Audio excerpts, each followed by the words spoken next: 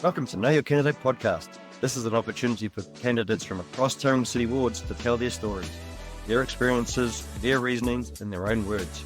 A format which gives them more than the public debates and profiles that you've seen already. An opportunity for the voter, the ratepayer, future resident to get to know who you want leading the city and, importantly, are they capable of doing so? Anne Pankhurst, a previous business owner, councillor and political junkie, will find out more why the candidates want to run, where they have come from, what they're going to do. So let's not wait anymore. Let's go. We're here this morning with Chudleigh Haggett from the Te Papa ward, and welcome to Know Your Candidate podcast series. Welcome, Chudleigh. Good morning, Anne. It's great to hear from you again. Thank you. Our format today is to take the opportunity for a longer, more conversational approach so that you, the candidate, can speak and share your own aspirations for the city. We'll take about 20 to 30 minutes answering prepared questions that you have no idea what they are. But the most important aspect of this election is that you vote and that you encourage everyone else to vote. It's really, really important. Democracy works best when we all engage, actively take part, learn about our candidates, and understand what is important to us for the future of the city. So remember to put this through all of your channels and all of your databases, and remember to follow us through Know Your Candidate series on thepodhub.com. So Chudleigh, tell us a bit about yourself, a rundown. The who are you, the children, no children, what you've done in the past. Give us that brief bio on yourself. Well, it's very difficult to keep it brief, Bill. You probably know. Been well done that. I began life in my working life as a mechanical engineer, and I've worked up from there. I've worked in a management role. I was second in charge of a research and development company in the UK, specialising in automotive engineering. And of course, in Tauranga here, I've been part of a number of companies that have started up and been very successful. And sort of in recent times, I've been called in by a number of people owning companies that have had their own issues, whether it be health or what have you, to either close their companies down without them losing an arm and a leg, is what generally happens when accountants going in over Firedale, or begin businesses, opening them up, advising people how the best way to go about their businesses, improving what goes. So I've had quite a bit of experience in that time, and of course, now I'm retired, and I really should be spending time with my great-grandchildren, who I love immensely.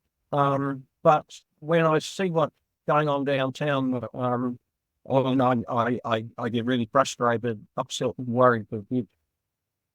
Right, so that sort of sums that up. So have you had any previous governance roles, and if so, what would the size and scale of the budget have been? Oh, well, of course, I was a former city councillor, and of course the. Can you give us the dates of that roughly? Just how long ago was that? Well, that was some time ago now. That was 30-odd years ago. All right. And I think that when it comes to controlling budgets, I think it depends more on what you can do with your budget rather than the size of it. And a lot of the governance positions that I've had, they've been for NGOs, sporting organisations and what have you. And those different companies that I've worked for have had budgets up to, I don't know, 25 million maybe. Not a heck of a lot in the big picture. But I think it's how you handle those, how you get the best for your members or your staff or what have you from the budget that you've got. And that's the most important thing. Do the best you can with what you've got. But Chudleigh, you pointed out, my question was, what have you worked with TCC? And you've already told us that you were a councillor 30 years ago. What was the population then of the city? Oh my goodness me, 80-odd thousand, I suppose. It's doubled since then. Which in fact it has, because it's 160, so it's a perfect doubling. And I suspect that the investment and the capital worth of the businesses changed quite a lot in that time. Oh, absolutely. Of course, and that's what I meant. And when I said the cost is almost academic, it's how you work with it. how you achieve the best for the dollar you've got. And of course, in that particular council I was involved with, probably the best investment we ever made was the Harbour Bridge. Right. Absolutely. There's just no doubt about it that I would imagine everyone in the city cannot imagine the city without the Harbour Bridge. But since you and I were early members of this community, driving around Welcome Bay was a bit of a pain to get to the mount. And if you'll remember, and they used to call me Mr. Roundabout because I managed to convince council that roundabouts were a far better option than traffic lights. Yes, well, I think that would probably be fair to say.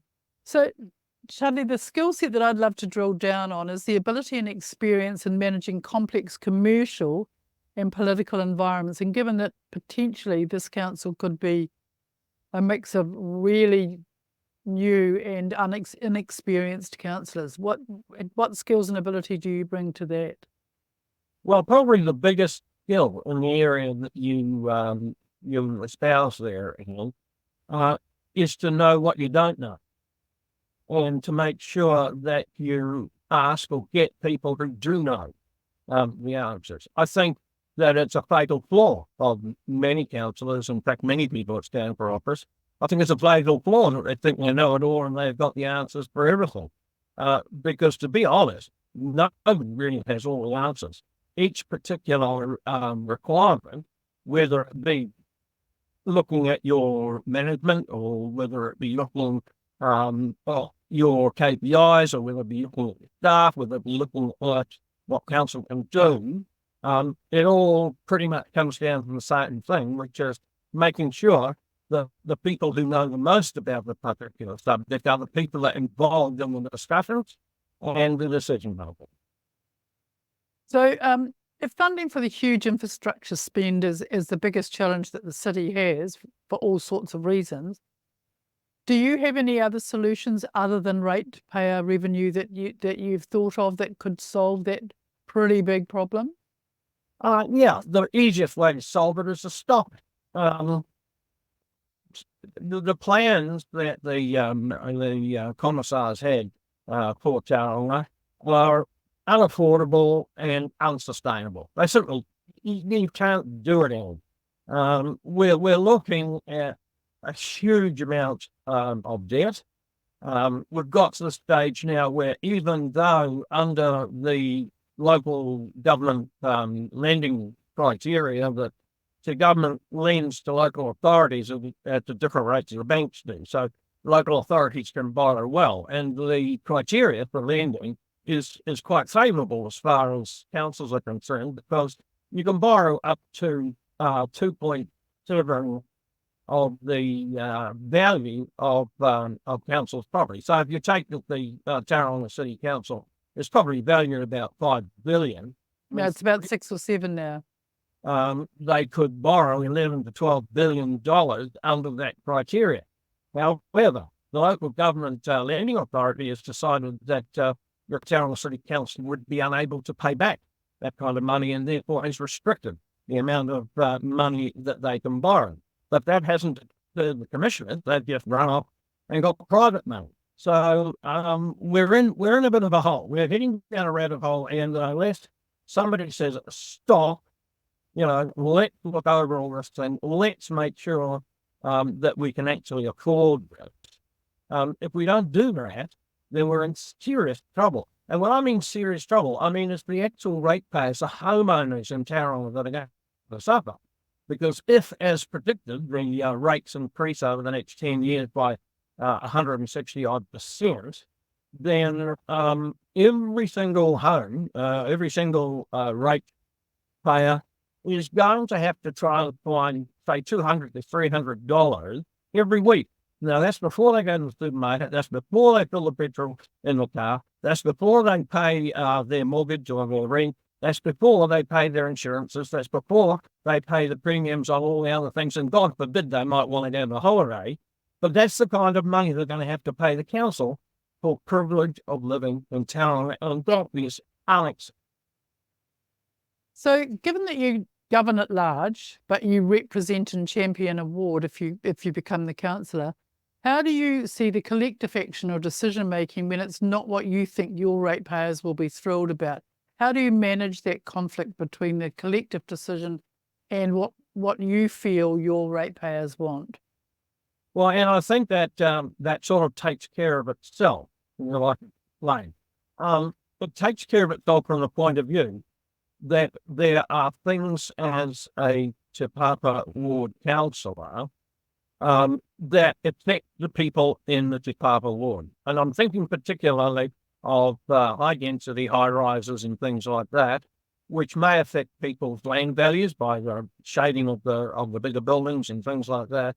And that's where I feel that I need to protect my, if you like, constituent more than perhaps on a global view. And when we look at the global view of Tauranga, with the global view of taxes, with the global view of what's best for the city as a whole, then I think you have to make the decisions based on what's good for Tauranga City as a whole.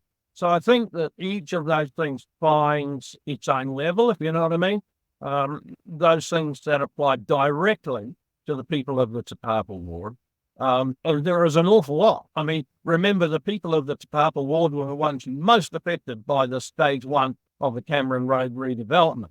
And I'm absolutely shocked and disgusted the way that council and the commissioners have treated business owners, particularly on Cameron Road, and then the public in general, when everything settles down and what have you. All of a sudden there's speed bumps and there's no left turns and there's closed roads and there's goodness knows what that nobody ever was told about. Nobody ever knew about.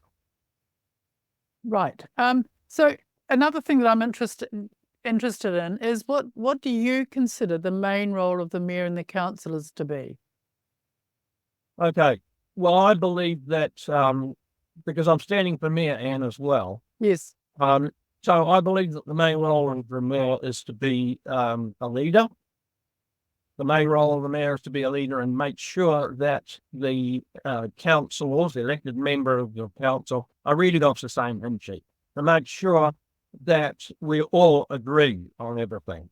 The mayor, therefore, is the conduit between the councillors and council and its staff. And I think that's a critical thing going forward, absolutely critical, that somebody is able to talk between the two. Because no matter what happens this election, and I can absolutely guarantee there's going to be councillors and more jumping up and down and raging at the bull, as it were, over what's been happening in Tauranga in the last few years. And it's down to the mayor to make sure that that remains civil and that we can still talk through Marty Granfeld and staff about particular issues without it getting personal, without it getting nasty. And I think that is the biggest role of the mayor.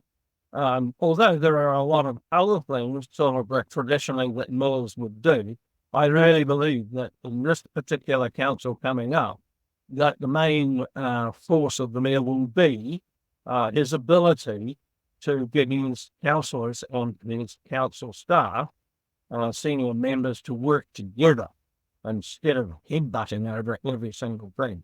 And it does appear that over the years that's happened. It does appear as if some decisions made by council have not been for the benefit of the ratepayers, but probably benefiting the staff itself, or even the promoters of more building and more housing and more things within the city. Look, you can't blame this for happening. And this is what happens everywhere in New Zealand, whether it's through local authorities or government departments and what have you, because you get into that situation of a government department or a local authority, your future progress is pretty much linked to the amount of work you do. So it's to your benefit to keep on throwing out new objects and new things to do, so more staff on board, so you can go a path forward. So the system itself, I suppose, is creating what we've got. Okay. So I'm really interested in your view and your reaction to the view that Tauranga is a critical part of New Zealand Inc. and its economic growth. So we have to think more nationally than locally, because what happens here matters to New Zealand Inc. Yeah, I agree with that. I think that Tauranga has an important place to play in New Zealand. and that's directly related to the port. And of course, the port is the second largest in New Zealand, I understand, and I can understand why it's so important that the infrastructure be there for the port to work efficiently. The port's done a great job expanding. It's done a great job in getting clients to use their facilities. I think it's then up to particularly government departments and the government itself, whose job it is to look after the structure of the whole country. But council should be there to facilitate it. Council should be there to say to government, okay, if you want to do this, we're prepared to do this for you. Or the other way around. The council should be able to say to the government, hey, we can improve this if you give us the money for that. And once again, it's a commitment to relationships, if you like, and making sure that any decision made is for the benefit of both the community and the country as a whole. And to my mind, I think the biggest problem we have in negotiating with central government is central government's inability to actually understand our infrastructure problems. And I think that as much as there's a lot of people running around there with their green flags and what have you, wanting to people out of cars and off the roads, not going to happen. And we need the infrastructure to make sure that the port is efficient and to make sure that the industry associated with the port can operate within this area. We would encourage, I would certainly encourage more people moving their businesses here because we're close to the port. Now that would help employment locally. It would make sure that the housing affordability is better. It would certainly go a long way to making life better in Tauranga if there was better jobs, better pay, or more of it. So another question I'd really like to ask is that you will be asked to manage multiple competing interests like reasonable rates, new funding models, infrastructure debt and deficit. How will you choose between investing in growth and rates relief? Well, it depends on the growth then. At the moment, we've got a 10-year plan, which is a wish list of a whole lot of things that probably we could do without, or probably we could get done at a better price. So it's not a simple matter of saying, okay, we're going to spend this amount of money on growth, we're going to spend this amount of money on reducing rates and things like that. Nothing is ever that simple. However, as council, I believe it's the burden of the council laws to make sure that council rates and rates rises are affordable. Like I said to you before, the amount of money that ratepayers are going to have to find every week if these proposals all go ahead is $200, $250 each and every week. Well, can you imagine a single mum with a couple of kids trying to find that money every week? Can you imagine sort of retired people on a fixed income trying to find that every week? Well, the bottom line is, and they won't be able to find it. And so what's going to happen, if I could sort of put my projection on, is that if that happens and those rate rises go the way it's been predicted, we're going to start losing population because people simply can't afford to live here. Now, that's going to bring other problems because if we have our population moving to, I don't know, what, Tony Topera, wherever, where the rates are much lower and it's much cheaper to buy a home, then what's going to happen to the value of properties in Tauranga is they're going to fall.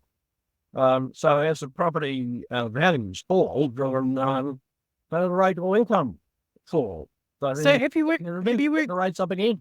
Have you worked out how much that $250 to $300 a week is in a total annual sum?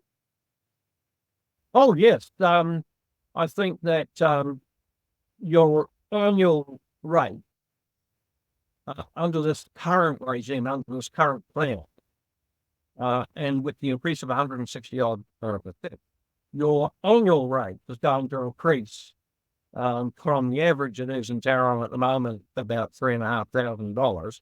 It's going to increase probably to $10,000 to $12,000, depending. Now, that isn't taking into account the $600 odd you pay the regional council for nothing, which is bound to go up as well. And that doesn't include your water rates. So as you can see, some people that are on fixed income today, the total amount of their payments to various council authorities is going to be pretty much equal to much of their current income. So it's a big problem, and one that everybody seems to ignore. The big elephant in the room that the people of Tauranga, I think some last count there was some 60% of them were retired or on fixed incomes, are going to be the people who are going to suffer, and suffer dreadfully if council doesn't call back its spending regime and find other ways to finance the do-good projects rather than the we must have projects. Okay, so Chudleigh, we're coming nearly to the end of this session, and Time flies on. Hey, pardon? Time flies. Doesn't it? But there's just one last question I'd like to ask you as a mayoral candidate. Yes. What experience do you have of managing a diverse and potentially inexperienced team to deliver these pretty big outcomes and decision-making that you as a council are going to need to make over the next 4 or 10 years' time? Okay. Well, as far as I'm concerned, it's the next 4 years, really. Like I said, I would rather be home with my great-grandchildren and my dogs and things like that, because those are the things in life that I find, really comforting. But I'm looking at what's going on, and I just feel I have to try and do something. And in answer to your question, you're quite right. I think that in this coming council, we are going to have a diverse set of councils with many different interests. If I were mayor, the first thing that I would do is to encourage them all to think about Tauranga as a whole. Whilst some of them may be interested in diversity, some of them might be interested in sport, some of them might be interested in the environment and have their own little barriers to push. My job would be to make sure that they'll pull together on the Tauranga issues. And let's get Tauranga working properly. Then we can start looking at all individual issues that make a community and make a city different to the others. But right now, we can't afford to do that. Right now, we need a cohesive council that are going to work together with their mayor, and the mayor is going to work with the council staff to make sure that the ratepayers get value for money, to make sure that the decisions that are made are good ones instead of the rather bad ones we've been having. Make sure the competency level goes up, and that incompetence has been shown in the past is not rewarded. In other words, we need to start cleaning house a little bit on wherever there are consistent bad decisions, on consistent inadequacies, on restructuring the whole thing. Once we've got that sorted, once we've got a council staff and council planners, etc., that we can rely on to do work for the community, and once all of the councils have got together to make sure that financially the city is sound and on a good footing, then come on, bring on all of the little extra bits and pieces we can do to help the community. And most of the things that the community want are really small budget items. They're not huge. But the unfortunate thing about it is that when we start looking at things like that, it starts to take time. And it's time that you're not using to look at the important things, if you can understand where I'm coming from. Well, Chudleigh, thank you. And I want to reiterate that you are standing in the Te Papa ward and you're a mayoral candidate. Remember to vote, to encourage everyone that you know to vote. Spread this particular podcast or any of the podcasts through your own channels. And remember to follow us on the podhub.com. Again, thank you, Chudleigh, and best of luck for the future. Can I say one thing wrong? Yeah. The system of voting, and we said it's important for everybody to vote. The system of voting that we have is the transferable vote. Now, what that means is that it's designed to be as fair as possible and equitable as possible for what the ratepayers want. However, what the ratepayers want can sometimes bring out different results. For example, as a mayoral candidate, I could be one of 6 that actually are the most highest polling, but one of the 13 doesn't have to be one of the 6. Polls right the way through, and number 2, when they could become mayor, when they haven't been elected. Right. Well, as a council, as a future council, you may have the ability to change that system if that's Well, what you wish. I don't necessarily want to change it. I'm just pointing out to people that they should consider these different options. Okay. Well, thank you, Chudleigh. Thank you very much for spending that half hour with us, and thank you very much for your thoughts and comments. Best of luck. Thank you, Anne. It's been good to talk to you all. Thank you. Bye-bye. Tune in to the next episode of Know Your Candidate to be informed on who you want to run your city. Got feedback and like to comment your thoughts on the episode? Connect with Know Your Candidate on social. This has been the podup.com experience. Check out the podup.com for other podcasts and how you can even do your own.